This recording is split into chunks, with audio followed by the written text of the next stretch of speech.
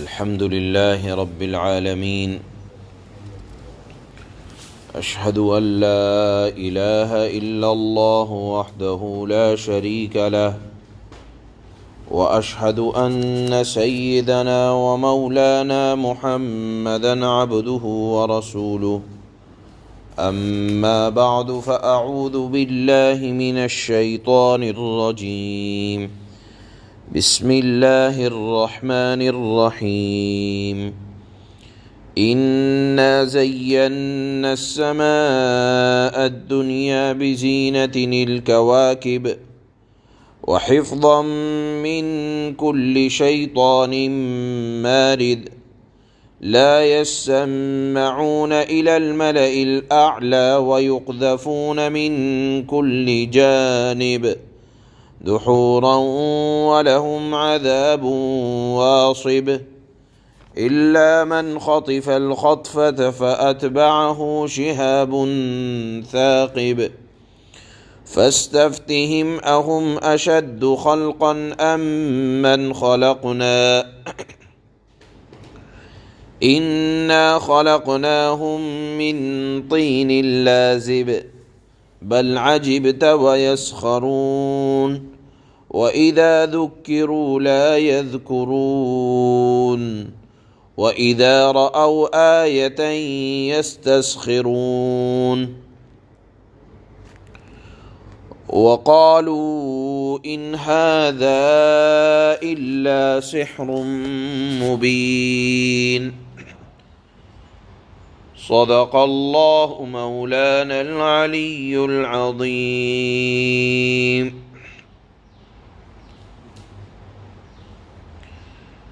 گزشتہ آیات میں اللہ نے سورت کی ابتدا میں توحید کا مضمون بیان فرمایا تھا۔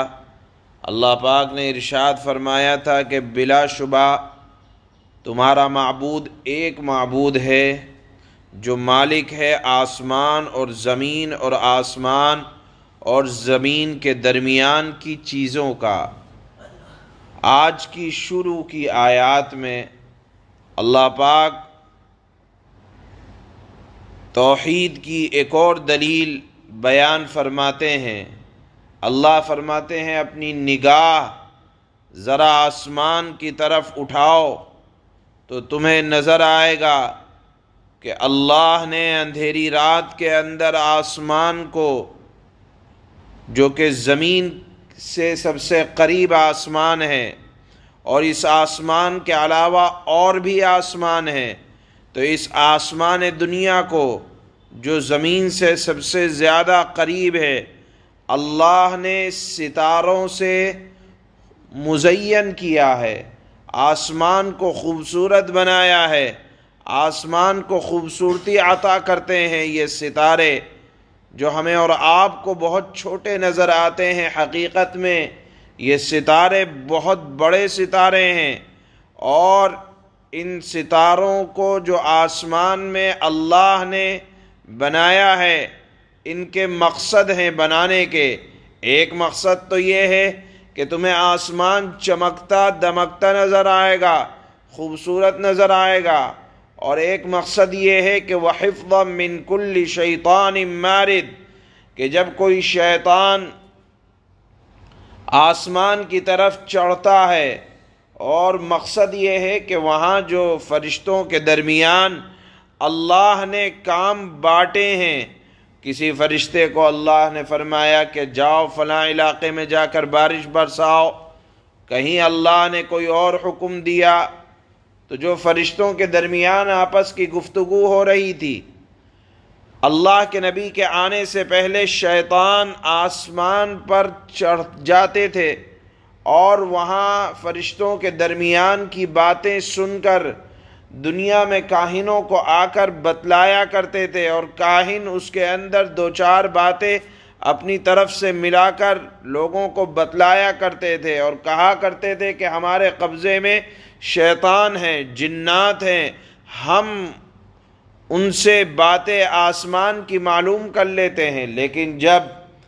اللہ کے نبی صلی اللہ علیہ وسلم نبی بنائے گئے، قرآن اترنا شروع ہوا، قرآن کی حفاظت میں اللہ نے فرما دیا کہ اب شیطان سمائے دنیا پر نہیں آ سکتا، تاکہ قرآن محفوظ رہے، قرآن میں کوئی بات آگے پیچھے کی نہ ملا دی جائے۔ چنانچہ اللہ نے فرمایا کہ اب اگر شیطان چڑھنے کی کوشش کرے گا تو ایک ستارہ ٹوٹ کر اس کو مار دھاڑ کرنے کی کوشش کرے گا اور اس کو جلا کر راکھ کر دے گا۔ تو ستاروں کا ایک مقصد تو یہاں اللہ نے یہ بتلایا کہ تمہیں آسمان اس کی وجہ سے خوبصورت نظر آئے گا، اور دوسرا مقصد یہ ہے ان ستاروں کا کہ آسمان کی حفاظت، آسمان کے کاموں کی حفاظت، اور فرشتے وہاں جو آپس کی گفتگو کر رہے ہیں تو شیطان کا دفاع اللہ پاک ان ستاروں سے کیا کرتے ہیں۔ آگے بتلایا جاتا ہے کہ اب شیاطین کو یہ قدرت نہیں ہے کہ فرشتوں کی عالم بالا میں کوئی بات سن کر آ جائیں۔ اب اگر شیاطین ایسا ارادہ کر کے آسمان کے قریب پہنچنے کی کوشش کرتے ہیں تو جس طرف سے جاتے ہیں ادھر ہی سے فرشتے دھکے مار کر اور مار مار کر بھگا دیتے ہیں، اور دنیا میں ہمیشہ ان پر اسی طرح کی مار پڑا کرتی ہے۔ یہ مضمون اللہ پاک اس وجہ سے بیان فرما رہے ہیں کہ جب اللہ کے نبی صلی اللہ علیہ وسلم کو نبی بنایا گیا اس وقت دنیا میں کاہنوں کی کثرت تھی۔ کاہن کہا جاتا ہے کہ جو لوگوں کو آئندہ زمانے میں ہونے والے حالات بتلایا کرتے تھے اور یہ کہا کرتے تھے کہ ہمارے پاس شیاطین ہیں، جنات ہیں، جو آسمان کی خبریں لا کر ہمیں دیا کرتے ہیں۔ جب اللہ کے نبی صلی اللہ علیہ وسلم نے قرآن پڑھ کر سنانا شروع کیا، حالات بتلائے، تو لوگوں نے کہا کہ یہ تو کاہنوں جیسا کلام ہے، یعنی جس طرح کاہن آگے کی حالات بتلاتے ہیں اللہ کے نبی بھی ایسے ہی کرتے ہیں۔ اللہ نے فرمایا کہ رسول اللہ صلی اللہ علیہ وسلم کو جو قرآن پڑھ کر سنایا جا رہا ہے کاہنوں میں اور اس میں بہت فرق ہے۔ اول تو بات یہ ہے کہ اب کوئی جنات، کوئی شیاطین آسمان پر آ ہی نہیں سکتے ہیں، اور اللہ کے نبی صلی اللہ علیہ وسلم کے پاس تو فرشتہ اتر کر اللہ کا کلام پہنچاتا ہے، تو رسول اللہ صلی اللہ علیہ وسلم تو نبوت پر سرفراز ہیں، اور یہ کاہنوں کا کلام نہیں ہے، کیونکہ کاہنوں کی کلام تو تب ہوتا اگر شیاطین اوپر سے آسمان پر چڑھتے، اور شیاطین اور جنات تو آسمان پر اب جا نہیں سکتے ہیں، بلکہ ان کی تو پٹائی ہوتی ہے، آسمان کے ستارے ٹوٹ کر ان کا مقابلہ کرتے ہیں، اور فرشتے ان کو آسمان پر چڑھنے نہیں دیتے۔ تو یہ تو اتنی بڑی بات ہے کہ اللہ نے اب آسمان کو محفوظ کر لیا، اور کاہن خود کہا کرتے تھے کہ ہمارے پاس تو شیاطین اور جنات بات لایا کرتے ہیں، ہمارے قبضے میں ہیں۔ اللہ نے فرمایا کہ اب شیاطین اوپر جا نہیں سکتے، لہذا اللہ کے نبی صلی اللہ علیہ وسلم کو نعوذ باللہ کاہن کہنا یہ سراسر ظلم ہے۔ اس کے بعد کا جو مضمون ہے، اللہ نے فرمایا کہ اے لوگو یہ بتلاؤ جو لوگ انکار کرتے ہیں دوبارہ پیدا کیے جانے کا، اللہ فرماتے ہیں کہ دیکھو تمہارا پیدا کیا جانا مشکل ہے، یا آسمان اور آسمان و زمین کے درمیان جو چیزیں ہیں، ستارے ہیں، سورج ہیں، چاند ہے، کیا ان کا بنانا مشکل ہے؟ بظاہر انسان کے لیے تو یہی کہا جائے گا کہ انسان تو چھوٹا سا ہے، اس کا بنانا آسان ہے، بنسبت اتنے بڑے آسمان کا، چاند، سورج، ستاروں کا بنانا، اتنا بڑا نظام چلانا یہ مشکل ہے۔ اللہ نے فرمایا کہ اتنے چھوٹے سے انسان کو دوبارہ پیدا کرنا کوئی اللہ کے لیے مشکل نہیں ہے۔ مثال سے اللہ نے بات واضح کی، ورنہ اللہ کے لیے تو نہ آسمان کا بنانا مشکل ہے، نہ زمین کا بنانا مشکل ہے، نہ سورج چاند ستاروں کا بنانا مشکل ہے، لیکن انسان کو سمجھانے کے طور پر اللہ نے یہ ارشاد فرمایا کہ ایک 5-6 فٹ کے انسان کو بنانا اللہ کے لیے کوئی مشکل کی بات نہیں ہے۔ ان آیات میں اللہ نے چند باتیں ارشاد فرمائی ہے، اس میں سے پہلی بات یہ ہے توحید کو ثابت کرنے کے لیے کہ دیکھو اللہ کی ذات اتنی بلند ہے کہ اس نے آسمان میں ستارے بنائے، اور ستارے تمہیں بظاہر چھوٹے سے نظر آتے ہیں لیکن ان کے کام بڑے ہیں۔ ایک کام جو سب سے اہم ہے کہ اللہ نے آسمان کی اور آسمان پر ہونے والے باتوں کی حفاظت اللہ پاک ان ستاروں سے لے رہے ہیں۔ یہ بھی ایک زبردست آفاقی نظام ہے، لہذا جو ایسا نظام چلا رہا ہے وہی عبادت کے لائق ہے اور وہی معبود ہے۔ دوسری، اللہ نے ان آیات میں ایک بات کی تردید فرمائی ہے کہ دیکھو جو لوگ شیطان کو دیوی دیوتا معبود قرار دیتے ہیں وہ تو ایک مخلوق ہے اور اس کی پٹائی ہوتی ہے کہ اگر وہ آسمان پر چڑھنے کی کوشش کرتا ہے۔ اسی طرح ایک بات یہاں جو آیات میں اللہ نے بیان فرمائی وہ یہ کہ جو لوگ قرآن کو کاہنوں جیسا کلام تعبیر کرتے ہیں اور اللہ کے نبی صلی اللہ علیہ وسلم کے اوپر کاہن ہونے کا، جادوگر ہونے کا، آئندہ ہونے والی باتیں بتلانے کا الزام لگاتے ہیں، تو جان لینا چاہیے کہ شیاطین کاہنوں کے پاس جو باتیں پہنچاتے ہیں وہ شیطان اور جنات پہنچاتے ہیں، اور اللہ پاک نے آسمان کی حفاظت کے لیے ستاروں کو مزین کیا ہے کہ اب تو شیطان نہ آسمان پر چڑھ سکتے ہیں، نہ آسمان کی کوئی غیب کی خبر لا سکتے ہیں۔ لہذا جو لوگ اللہ کے نبی صلی اللہ علیہ وسلم پر کہانت کا، کاہن ہونے کا الزام لگا رہے ہیں، جادوگر ہونے کا الزام لگا رہے ہیں، یہ سراسر جھوٹ ہے۔ اور پھر اس کے بعد آج کی تلاوت ہونے والی اخیر کی آیتوں میں اللہ نے یہ ارشاد فرمایا کہ دیکھو انسان کو دوبارہ پیدا کرنا اللہ کے لیے کوئی مشکل نہیں ہے بلکہ بہت آسان ہے۔ اس مضمون کو اللہ نے ان آیات میں بیان فرمایا ہے۔ اللہ فرماتے ہیں اِنَّا زَيَّنَّا السَّمَاءَ الدُّنْيَا بِزِينَةٍ الْكَوَاكِبِ وَحِفْظًا مِّن كُلِّ شَيْطَانٍ مَارِدٍ،